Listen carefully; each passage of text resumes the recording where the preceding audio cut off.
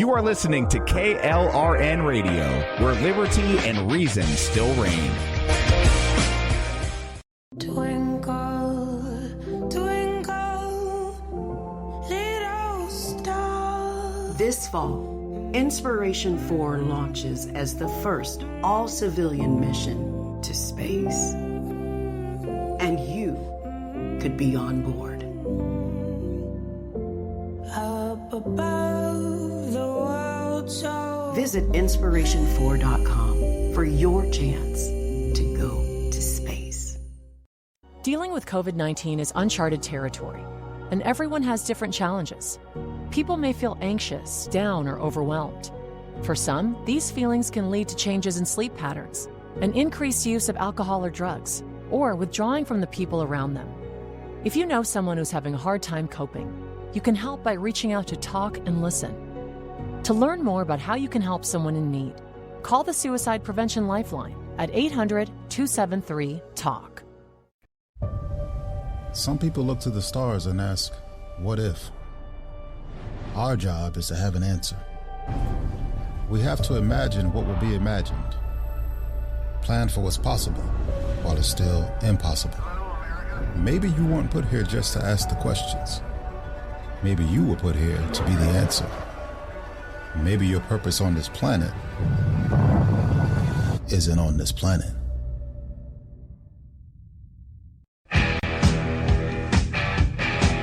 KLRN Radio has advertising rates available. We have rates to fit almost any budget. Contact us at advertising@klrnradio.com.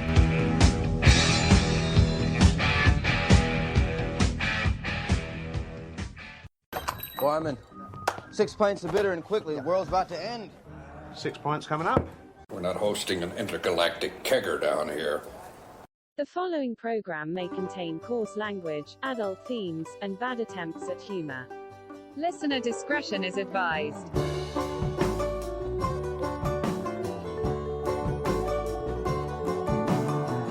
Let me take you on a little trip. My supersonic ship's at your disposal if you feel so inclined.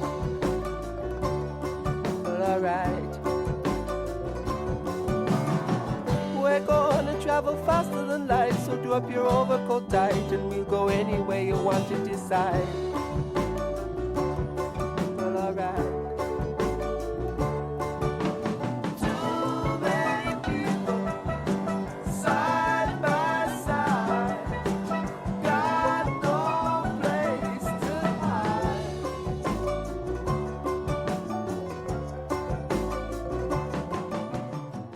Welcome to the Lost Wanderer Intergalactic Kegger After Show. What is this? Well, sometimes a major event or events will happen that the first hour of the normal Lost Wanderer just doesn't give enough time to discuss all the other good or decent news. When that happens, and I have time, we will do this show. So the main show was full of Russia blowing shit up, NASA, SpaceX, and China. That was it. All really. There were so many stories in the planet, solar system, universe, science, and oddities category that I actually thought, what the heck? Let's do our first show. So what is on the list for the after show? How about a galactic particle accelerator, Jupiter, Uranus, universe and off-world colony simulations, and Tatooine? I hope your glass is full, because here we go. If anyone has a good idea on how to put a nuclear fission power plant on the moon, the U.S. government wants to hear about it. NASA and the nation's top federal nuclear research lab on Friday put out a request for proposals for a fission surface power system. NASA is collaborating with the U.S. Department of Energy's Idaho National Laboratory to establish a sun-independent power source for missions to the moon by the end of this decade. Providing a reliable high-power system to the moon is a vital next step in human space exploration, and achieving it within our grasp, Sebastian Corbisario, the Fission Surface Power Project leader at the lab, said in a statement. If successful in supporting a sustained human presence on the moon, the next objective would be Mars. NASA says fission surface power could provide sustained, abundant power no matter the environmental conditions on the Moon or Mars. I expect fission surface power systems to greatly benefit our plans for power architecture for the Moon and Mars, and even drive innovation for some uses here on Earth. The reactor would be built on Earth and then sent to the Moon. Submitted plans for the fission surface power systems would include a uranium-fueled reactor core, a system to convert the nuclear power into usable energy, a thermal management system to keep the reactor cool, and a distribution system providing no less than 40 kilowatts of continuous electrical power for 10 years in the lunar environment. So guys, I'm going to need you to all pull your weight here and kind of help me come up with the design for this, okay? No? Okay.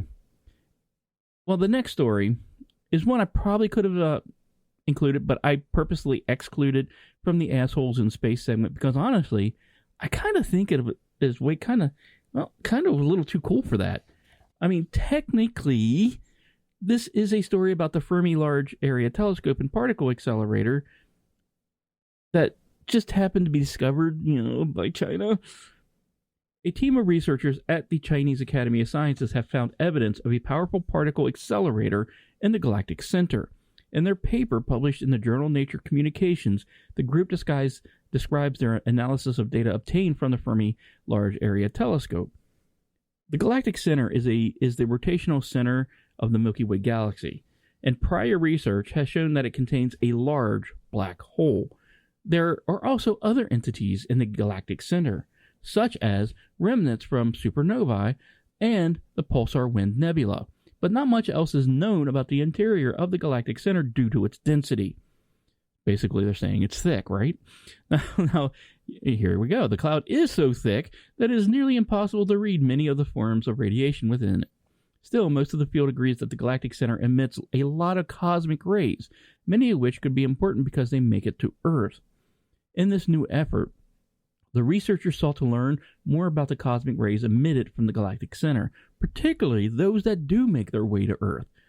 To that end, they obtained and analyzed data collected by various teams working at the Fermi Large Area Telescope. They focused most specifically on gamma rays emitted from the central molecular cloud, a type of cloud that forms from interstellar dust and hydrogen gas, situated between Earth and the galactic center. They found that the density of cosmic rays in the central molecular cloud was lower than that in the cosmic ray sea, which suggests that there is a barrier of some sort preventing cosmic rays from entering the central molecular cloud. But they also found evidence of the cosmic rays slowing as they passed through the cloud and then speeding up again as they emerged. Evidence that something near the center of the galaxy serves as a particle accelerator. They were not able to find evidence of what it might be, but suspect it could be the black hole, Sagittarius A, Wind Nebulae, or even leftover bits of a supernova. So, does that mean we can start blaming the Milky Way instead of CERN? Now, a major theme of the main show was debris and stuff hitting things. Well, guess what? It's sort of happening with Jupiter. Jupiter has been taking a beating lately, just like all those moms behind the Circle K. Right, Amish? In September and October, observers spotted two different asteroids slamming into the massive planet just a month apart. While it's not the first time observers have caught such a spectacle, successfully spotting an impact is actually fairly rare and can tell us more about the solar system as a whole. And there's the thrill of knowing a piece of the universe has just kind of exploded in the atmosphere of the solar system's largest planet. These fireballs are very rare, and they are very difficult to be observed just by chance.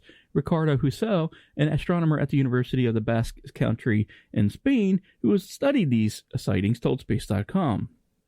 This year has been exceptional because normally we discover one of these impacts every 2 years, approximately.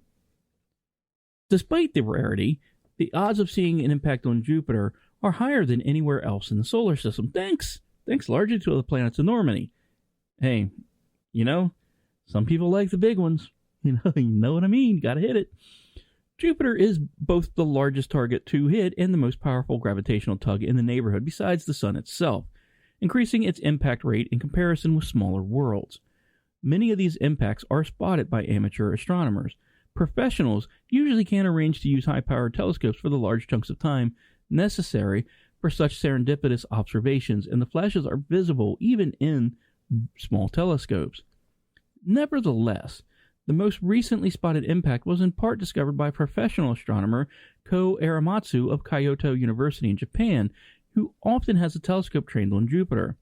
When I found the impact flash event through my detection program, I was astounded, Aramatsu told Space.com in an email. The quick finding indicates that I was lucky, or that the impact rate is much larger than previously expected.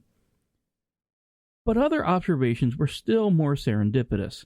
NASA's Juno mission, which has been orbiting Jupiter since 2016, happened to fly over the very spot of the impact just 28 hours later, and its camera snaps a picture of the patch of atmosphere in question from a bit over 1,200 miles above the clouds. In that image, we don't see any trace in the atmosphere. So again, this is an object small enough that anything that was released in the atmosphere of Jupiter was dissipated and diffused in the atmosphere by an environmental winds in a matter of just a few hours. Interesting. So, how about we hop in our ship and let's go visit another planet, Uranus. Hey, as long as you don't make me smell Uranus. I don't get it. I'm sorry, Fry, but astronomers renamed Uranus in 2620 to end that stupid joke once and for all. Oh, what's it called now? Urectum. Uranus's two biggest moons, Titania and Oberon, may have enough radioactive heat to maintain deep liquid oceans that could be detected by future spacecraft. Fare thee well, nymph, ere he do leave this grove. Thou shalt fly him, and he shall seek thy love. Hast thou the flower there? Welcome, wanderer. Yes, seriously, I went from Futurama joke to quoting Shakespeare. I'm not right in the head. I've warned you all. Now, Uranus, known as the ice giant, is 31,000 miles across and orbits 1.6 billion miles from the Earth. Its biggest moon, Titania, is about 980 miles in diameter, while Oberon is around 946 miles in diameter. Both have surface temperatures averaging around negative 392 degrees Fahrenheit or negative 200 degrees Celsius. But radioactive elements deep inside these moons may keep some of their interior water melted.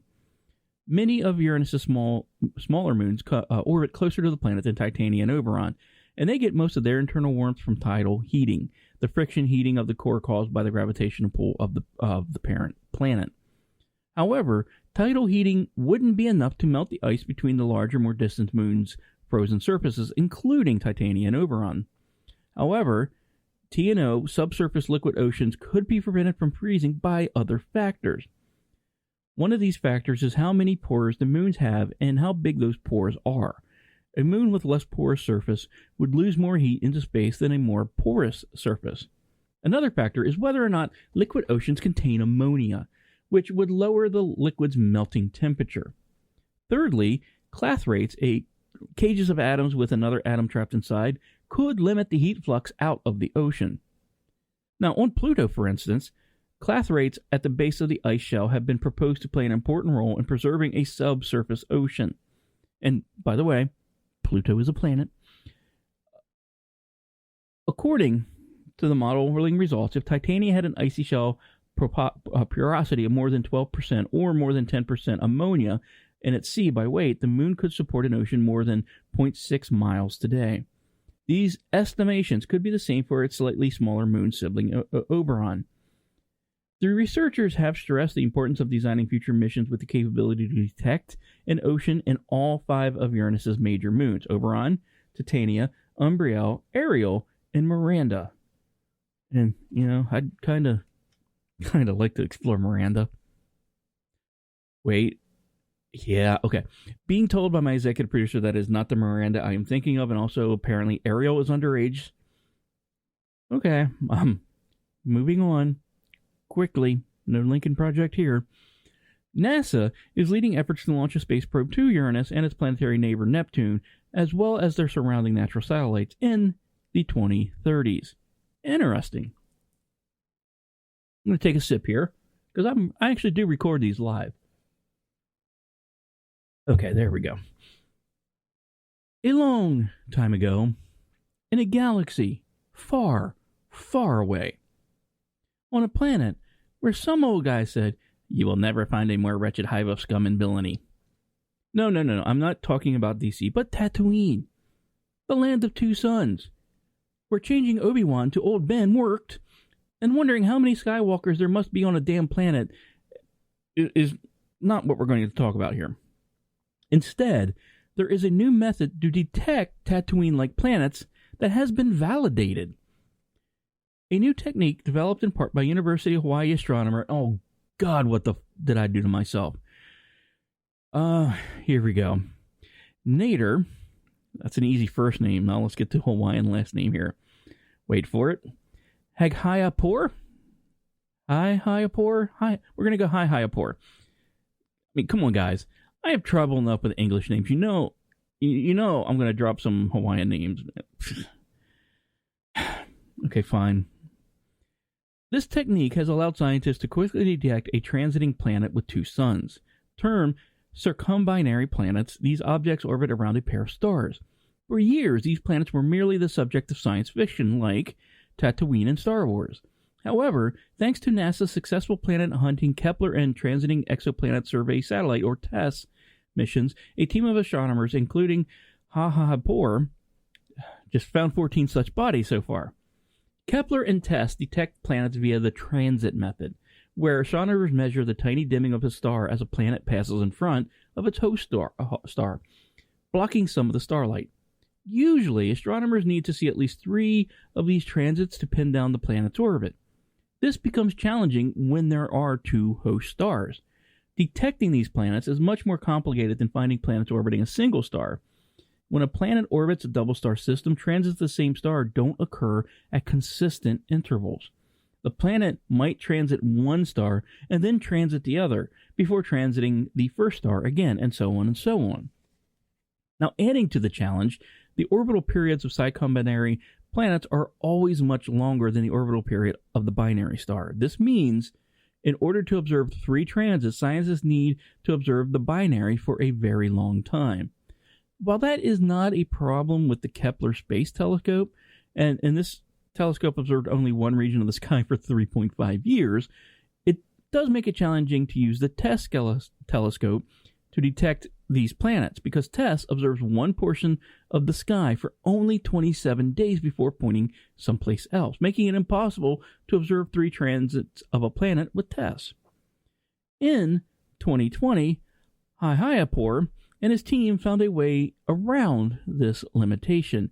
In an article published in the Astronomical Journal, they described a novel technique that would enable them to detect these planets using TESS, as long as the planet transited both of its host stars within a 27-day observing window. Now, that same team of astronomers have actually found the first circumbinary planet in TESS data. Maybe this second idea of a second show was not that smart. Anyway, their demonstration showed that their technique worked. The target binary is known by its catalog designations TIC 172900988 and was observed in a single sector by TESS, where its light curve showed signs of 2 transits, one across each star, separated by just 5 days during the same conjunction. Now that only leaves this question. How does one become a moisture farmer? Moist. The only real question, besides is there life out there, is how do we get there? Well, as many of you know, this is one area that is particular curiosity and interest for me on a few different levels. On one of my In the Cree shows, I talked about long-distance travel, communications, and the like, and ruled just how hard it would be to do without something like, say, an Alkibi air engine and some new means of communication. Well, there may be an answer, at least in theory. Wormholes may actually be a viable shortcut through space-time after all. Well, fuck me! Wormholes or portals between black holes may be stable after all, a wild new theory suggests. Now, the findings contradict earlier predictions that these hypothetical shortcuts through space-time would instantly collapse. The sea change comes basically because of tiny differences in the mathematics of relativity, which is used to describe such wormholes, that end up dramatically changing our overall picture of how they behave. First, take some background on how general relativity operates. So, woohoo! Einstein time. Drink. Relativity is like a machine. Put in certain objects, say a mass or an arrangement of particles, and the machine spits out how that collection will behave over time due to gravity. Everything in general relativity is based on movement in space and time. Objects start at certain physical coordinates. They move around, and they end up at other coordinates. With the rules of general relativity are fixed, the theory itself provides a lot of freedom to describe these coordinates mathematically. Physicists call these different descriptions metrics. Think of a metric as different ways to describe how to get to your grandma's house for Thanksgiving. They may be street directions, satellite-based latitude and longitude, or landmarks scribbled on a napkin. Your metric is different in each case, but no matter which metric you choose, you end up at the Thanksgiving dinner. Similarly, physicists can use different metrics to describe the same situation, and sometimes one metric is more helpful than another, akin to starting off with the street directions but switching over to a napkin to double-check if you're at the right landmark. When it comes to black holes and wormholes, there are a few potential metrics. The most popular one is the Schwarzschild metric, which is where black holes were first discovered. But the Schwarzschild metric contains some really funky math. And that metric misbehaves at a particular distance from the black hole, a distance today known as the Schwarzschild radius or the event horizon. And by misbehaves, I mean the metric completely breaks down. It can no longer distinguish between different points in space and time. But there's another metric called the Eddington-Finkelstein metric that does describe what happens to particles when they reach the event horizon. They pass right through and fall into the black hole, never to be seen again. What does all of this have to do with wormholes, you ask? The simplest way to construct a wormhole is to extend the idea of a black hole with its mirror image, the white hole. Now, this idea was first proposed by Albert Einstein and Nathan Rosen, or the Einstein-Rosen bridge. While black holes never let anything out, white holes never let anything in. Tell me. To make a wormhole, you take a black hole and white hole and join their singularities, the points of infinite densities in their center. This creates a tunnel through space-time. The result is a highly misbehaving tunnel. Now, once a theoretical wormhole exists, it's perfectly reasonable to ask what would happen if someone actually tried to go through it. And that's where the machinery of general relativity comes in. Given this to somewhat interesting situation, how do particles behave? The standard answer is that wormholes are nasty. White holes themselves are unstable and likely may not even exist. And the extreme forces within the wormhole force the wormhole itself to stretch out and snap like a rubber band the moment it forms. And if you try to send something down it, well, good luck. But Einstein and Rosen constructed their wormholes with the usual Schwarzschild metric, and most analyses of wormholes use this same metric. But physicist Pascal Caron at École Normale Supérieure de Lyon in France tried something different. He was using the Eddington-Finkelstein metric instead. His paper, described in October in the preprint database ArcZiv, is scheduled to be published in a forthcoming issue of the Journal of Modern Physics. Caron found that by using the Eddington-Finkelstein metric, and I know what you're all saying, laces out. Well, he could more easily trace the path. Just me? Finkel? Finkel is Einstein. Traced the path of a particle through a hypothetical wormhole. He found that the particle can cross the event horizon, enter the wormhole tunnel, and escape through the other side, all in a finite amount of time.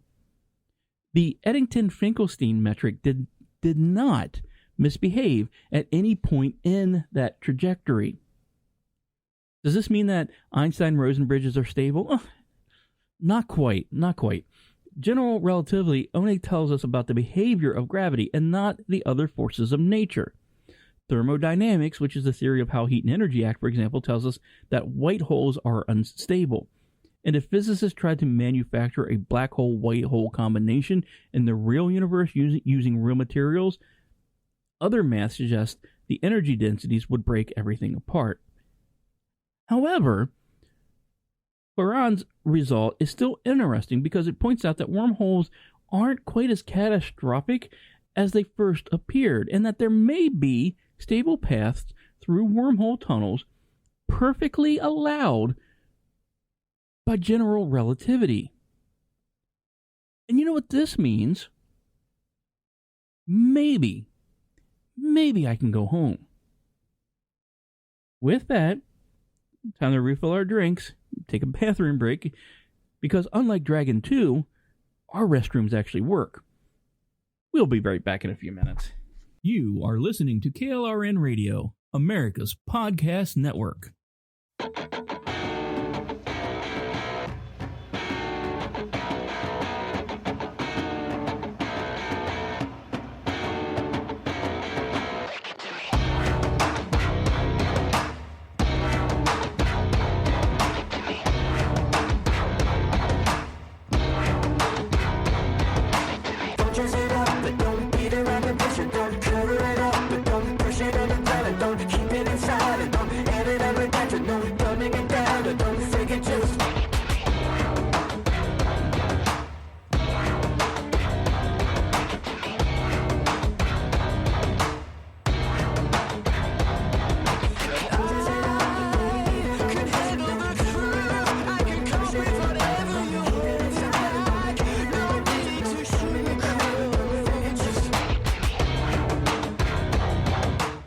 It's Olivia Munn with my shelter pets, Frankie and Chance, reminding you that when you adopt a shelter pet, you discover all the things that make them unique. Adopt pure love at theshelterpetproject.org. Brought to you by the Ad Council, the Humane Society of the United States, and Maddie's Fund. Uh-oh, Brad's buzzed. Oh, yeah? Yeah, he's starting with the woots. And now a speech. I just want to say that friendship is about heart and brain. Who's with me? Good thing is, he knows when he's buzzed. And my brain is saying, when it's time to go home, somebody call me a ride. Love that guy. Me too. Know your buzzed warning signs? Call for a ride when it's time to go home. Buzz driving is drunk driving. A message from NHTSA and the Ad Council. Hi, this is JEFF of In the Crease and Lost Wanderer, here every Sunday at 8 p.m. Eastern Standard Time on KLRN Radio, America's podcast network. My executive producer and I would like to wish you a happy holiday and Merry Christmas. Don't chase it up, but don't beat around the bush, and don't cover it up, but don't push it underground, and don't keep it inside, and don't in it and regret, and don't dumbing it down, and don't fake it just.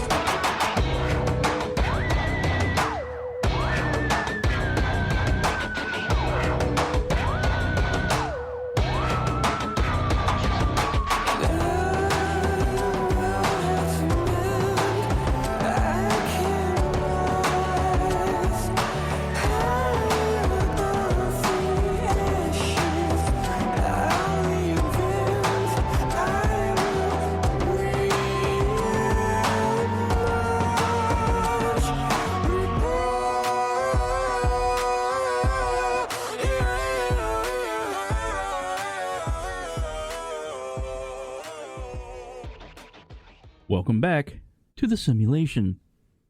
What? You didn't know we're a simulation? I thought it was known. Crap.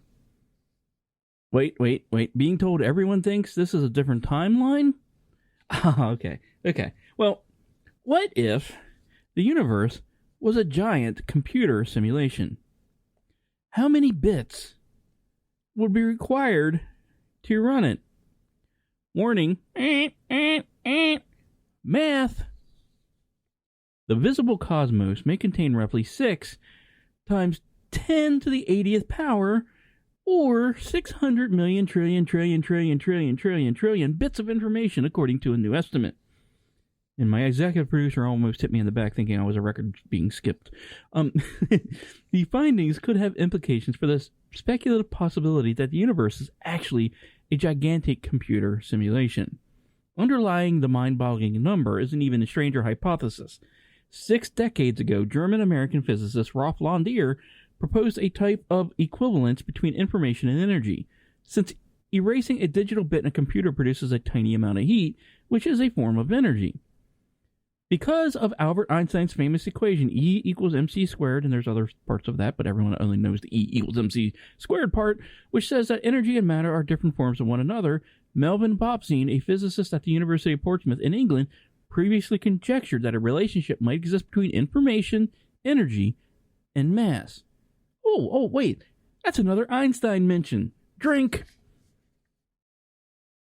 Using the mass-energy information equivalence principle, they speculated that information could be a dominant form of matter in the universe. Information might even account for dark matter, the mysterious substance that makes up the vast majority of matter in the cosmos. Bosman set out to determine the amount of information in a single subatomic particle, such as a proton or neuron. Such entities can be fully described by 3 basic characteristics: their mass, charge, and spin. These properties make elementary particles distinguishable from each other, and they could be regarded as information. Information has a specific definition first given by American mathematician and engineer Claude Shannon in a groundbreaking 1948 paper called A Mathematical Theory of Communication. By looking at the maximal efficiency at which information can be transmitted, Shannon introduced the concept of the bit. This can have a value of either 0 or 1, and is used to measure units of information, much like distance is measured in feet or meters, or temperatures is measured in degrees. Using Shannon's equations, Bobson calculated that a proton and neutron could contain the equivalent of 1.509 bits of encoded information. Bobson then derived an estimate for the total number of particles in the observable universe, around 10 to the 80th power, which accords with previous estimates. And to determine, adding all this up, to determine the total information of content of the cosmos. His findings appeared October 19th in the journal AIP Advances. Now, even though this number is very enormous, it still isn't large enough to account for the dark matter in the universe. In his early works, he estimated that approximately 10 to the 93rd power bits of information, a number 10 trillion times larger than the one he derived at, would be necessary to do so. The number he calculated is smaller than he expected, and it could be that important things were unaccounted for in his calculations, which focused on particles like protons and neutrons, but ignored entities like electrons, neutrinos, and quarks, because according to Bosman, only protons and neutrons can store information about themselves.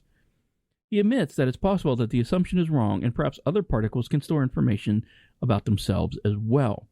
This may be why his results are so different from prior calculations of the universe's total information, which tend to be much, much higher, said Greg Laughlin, an astronomer at Yale University who wasn't involved in the work. It's sort of ignoring not just the elephant in the room, but the 10 billion elephants in the room, Laughlin told Live Science, referring to how many particles not considered were put in that estimate.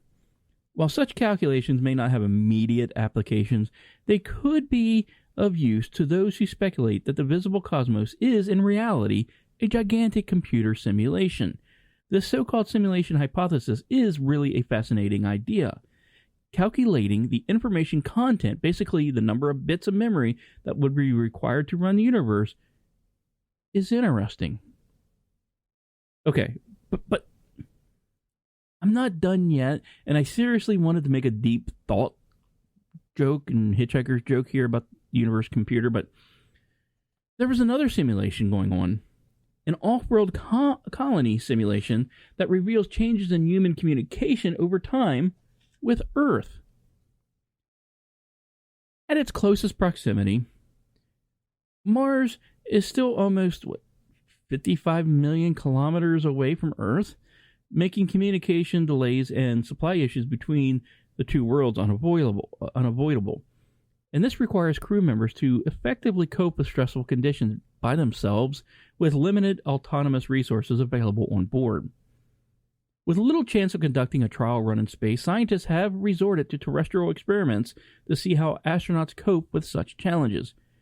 A previous isolation experiment called Mars 500 revealed a psychological detachment from mission control among those who took part, raising fears that it could lead to resistance from future crews in deep space to any commands. In 2017 and 2019, two further isolation experiments dubbed Sirius Scientific International Research and Unique Terrestrial Station were conducted across periods of 17 days and 4 months, respectively, in a facility in Moscow, Russia, using international mixed-gendered crews. These missions studied the effects of isolation and confinement on human psychology, physiology, and team dynamics to help prepare for long-duration space exploration beyond Earth. Now, researchers have published a paper in Frontiers in Physiology revealing how the crew's communication with the outside world in these experiments not only diminished over time, but caused friction initially and eventually resulted in cohesion. The crew in such missions tend to reduce the communications with mission control during isolation, sharing their needs and problems less and less. The rare burst of contacts are seen during important mission events, such as like a landing simulation. Also, there was a convergence of communication styles of all Sirius crew members and an increase in crew cohesion in the course over their mission. This happens even though the crew composition was diverse by gender and also cultural background, with pronounced individual differences. Among the different ways the crew's behavior was measured, including the tracking of facial expressions and speech acoustic characteristics, intensity, frequency, and viability of speech from video recordings. During Sirius 19, the researchers recorded 320 audio conversations with external observers lasting 11 hours in the first 10 days. However, this fell to just 34 conversations lasting a total of 22 minutes during the last 10 days. 11 days into the experiment, an artificial communications delay was added similar to what would be experienced by those living on the Moon, Mars, and beyond.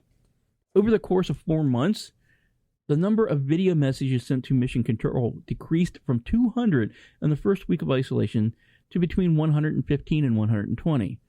The duration of these videos also decreased significantly.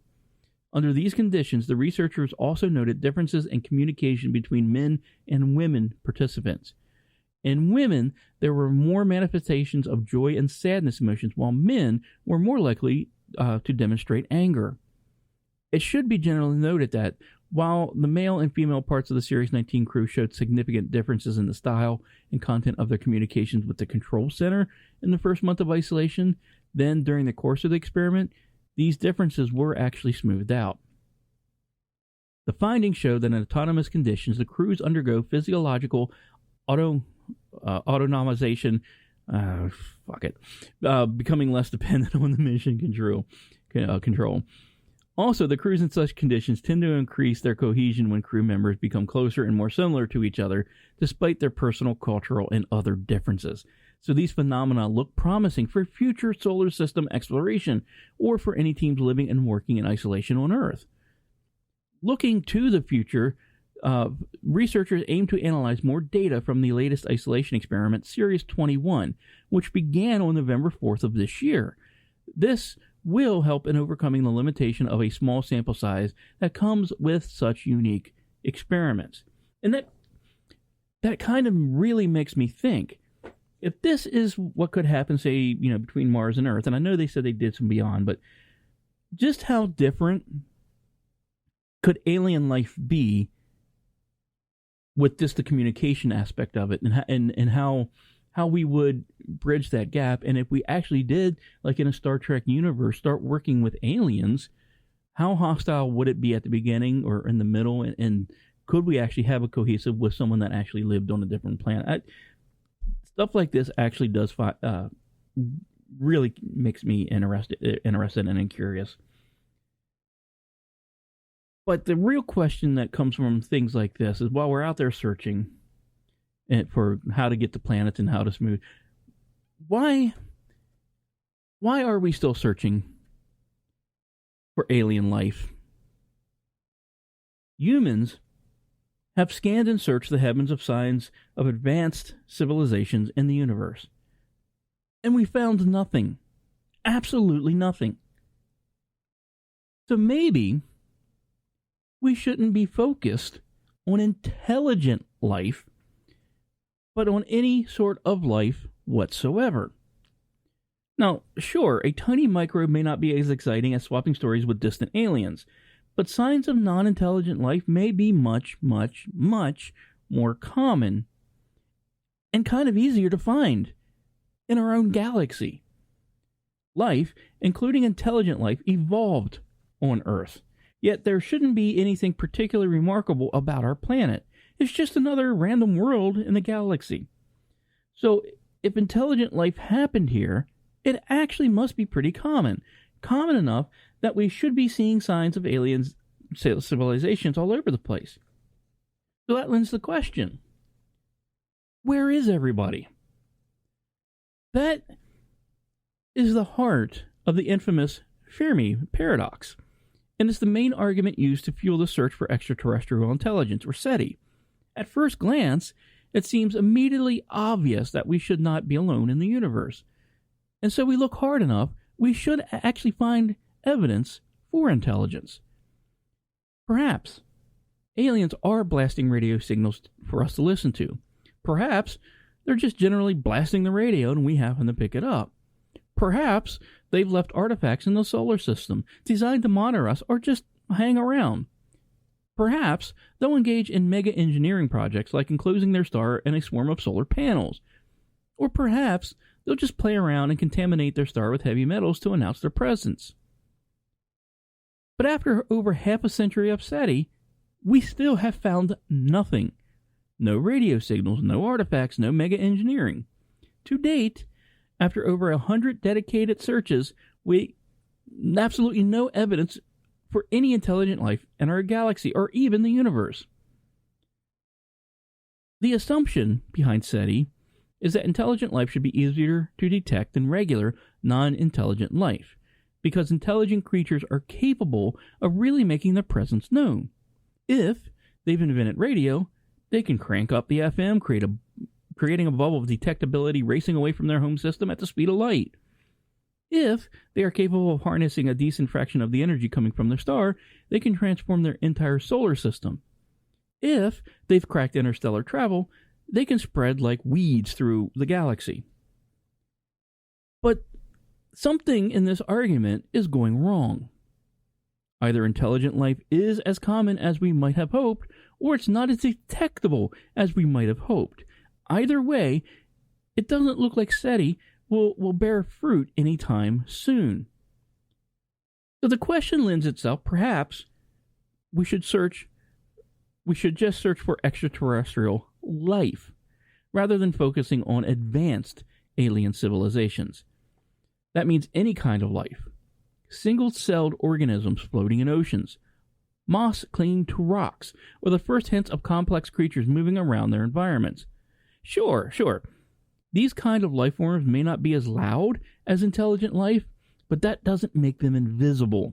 Indeed, one of the key features of any kind of life is the ability to throw a planet out of equilibrium. Take, for example, Earth's atmosphere. Our planet probably formed with a good deal of oxygen. There's plenty of it in the universe to go around.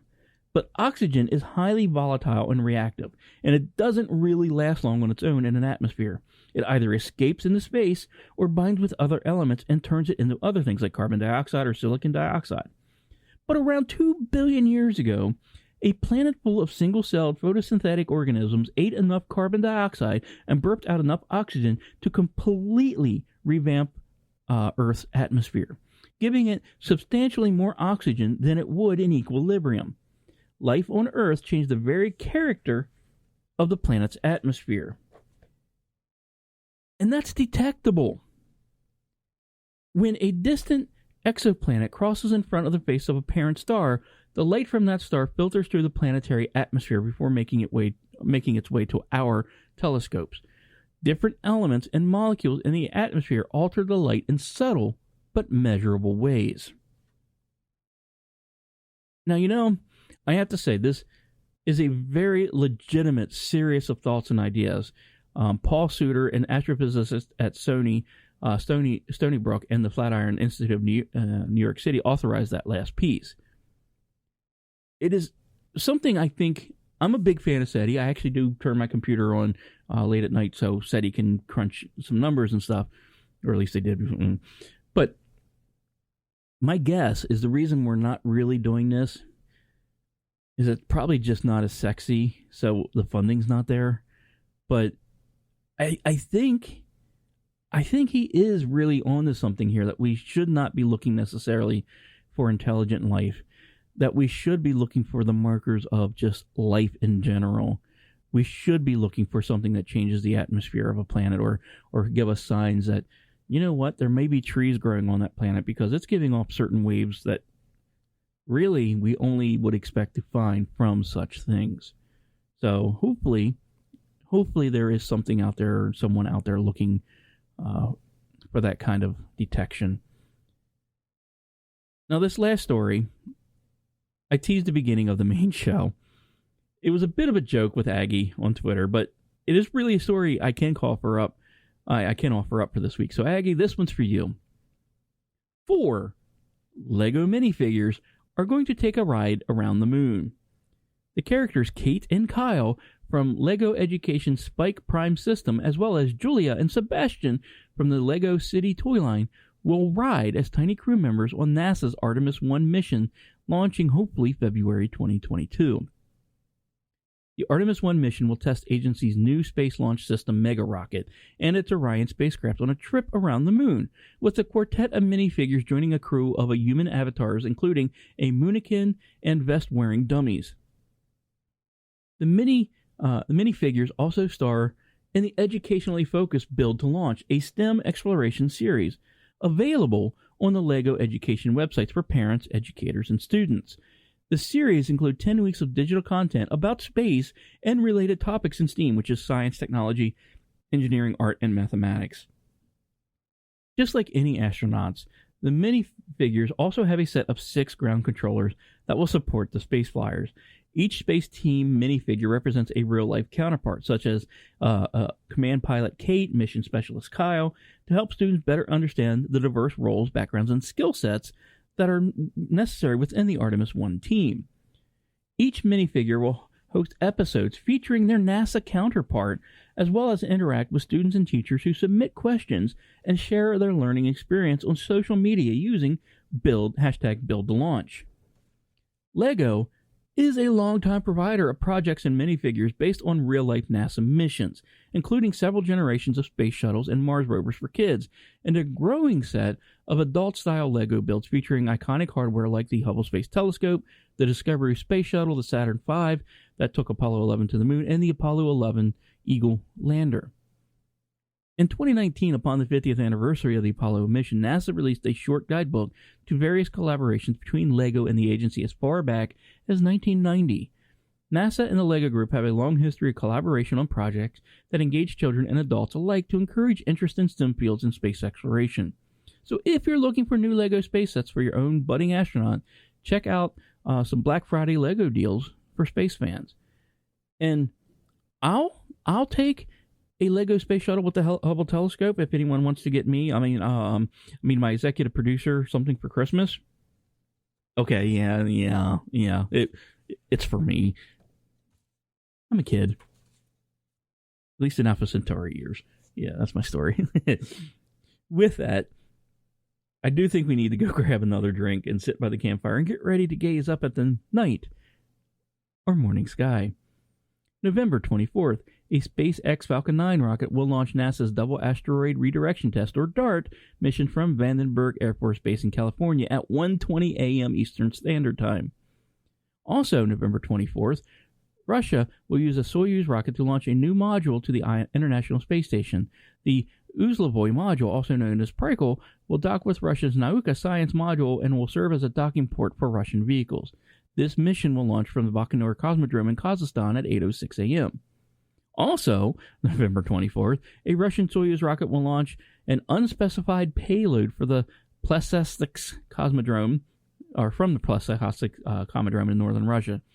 The payload might be the Russian military EKS-5 early warning satellite, according to Spaceflight Now, but no confirmation on that. It is scheduled to lift off during a 2-hour launch window that opens 7:30 p.m. Eastern. November 26th, Russia's Prikol module will dock with the ISS at approximately 10:25 a.m. Eastern. November 27th, Rocket Lab will use an Electron rocket to launch 2 Earth observation satellites for the Seattle-based company Black Sky Global. The mission will lift off from the Mahi Peninsula in New Zealand.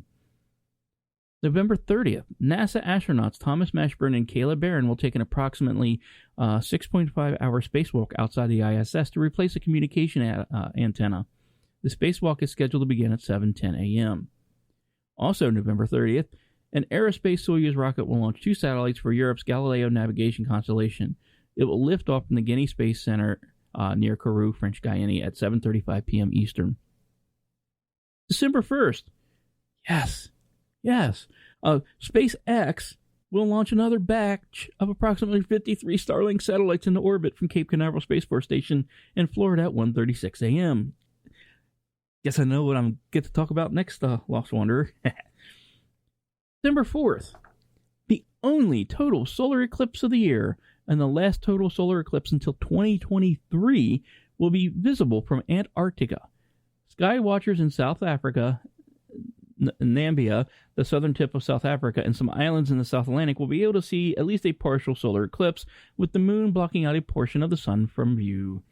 Also, December 4th, the new moon arrives at 2:44 a.m. Eastern Standard Time. And also, on December 4th, a United Launch Alliance Atlas V rocket will launch the STP-3 rideshare mission for the U.S. Space Force. It will lift off from Cape Canaveral Space Force Station in Florida during a 2-hour launch window that opens at 4:04 a.m. Eastern Standard Time. Well, that's it for both of tonight's shows.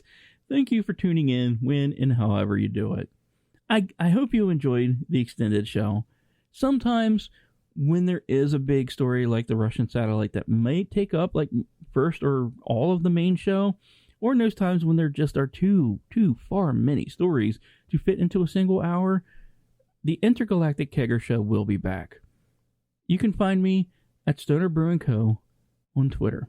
Don't forget, Monday night, here on KLRNRadio, America's Podcast Network, Fubar and Cyberchill will be on starting at 9 p.m. Eastern, featuring that Amish one, Lou, and whatever guest host they can find for Fubar. Special thanks to NASA, SpaceX, Space.com, New Scientist, Scientific America, Phys.org, excuse me, and more for the great information on the stories tonight. What a way to end the show. I hope you enjoyed the show, learned a little bit, and maybe had a laugh or two as well. The universe is a pretty big place. It's bigger than anything anyone has ever dreamed of before. So if it's just us, it seems like an awful waste of space. Right? When I was young, it seemed that life was so wonderful, a miracle. Oh, it was beautiful and magical. And all the birds in the trees, well, they'd be singing so happily, oh, joyfully, oh, playfully, watching me. But then they said